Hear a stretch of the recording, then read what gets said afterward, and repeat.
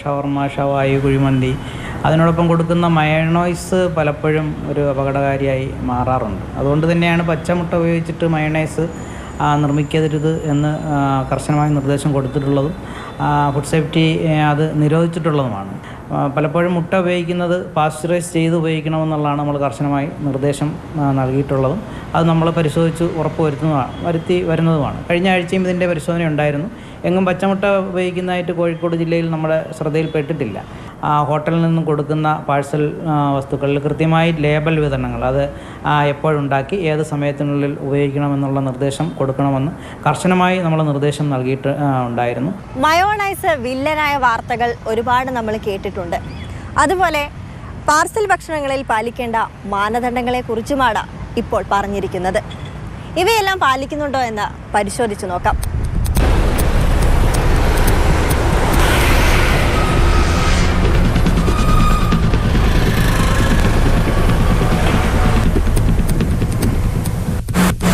French fries ഉണ്ട്. ഇതിൻ്റെ കൂടെ മയോണൈസ് കിട്ടുമോ?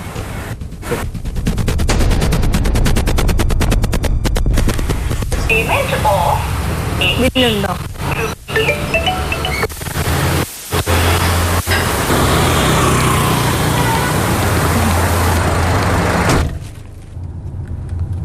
മയോണൈസ് വെജ് തന്നെയാണെന്നാണ് പറയുന്നത്.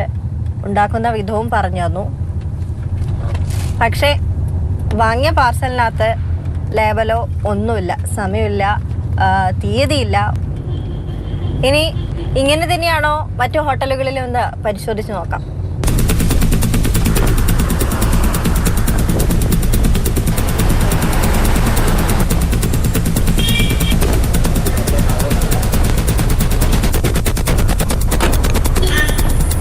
ഷവർമ കഴിക്കാനല്ല പാഴ്സല.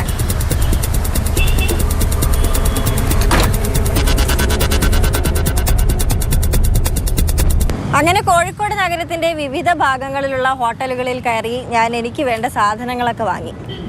എന്നാൽ അതിൽ എപ്പോൾ കഴിക്കണം, എന്നുണ്ടാക്കിയതാണ്, എപ്പോഴുണ്ടാക്കിയതാണ് എന്ന സമയമോ ഒന്നും ഇല്ല. കാണിച്ചു തരാം.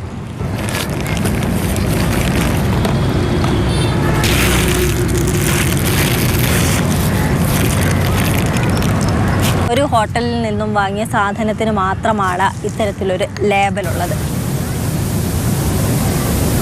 ഭക്ഷ്യസുരക്ഷാ വകുപ്പിന്റെ ആഭിമുഖ്യത്തിൽ ജില്ലയിലുടനീളം പരിശോധനകളും ബോധവൽക്കരണവും നടക്കുന്നുണ്ട്. എന്നാൽ ചെറുകിട വൻകിട ഹോട്ടലുകൾ കൃത്യമായി മാനദണ്ഡങ്ങൾ പാലിക്കുന്നില്ല എന്നതിൻ്റെ ഒരു തെളിവാണ് ഇത്. അരുൺ കിഷോറിനൊപ്പം നയൻതാര, മാതൃഭൂമി ന്യൂസ്, കോഴിക്കോട്.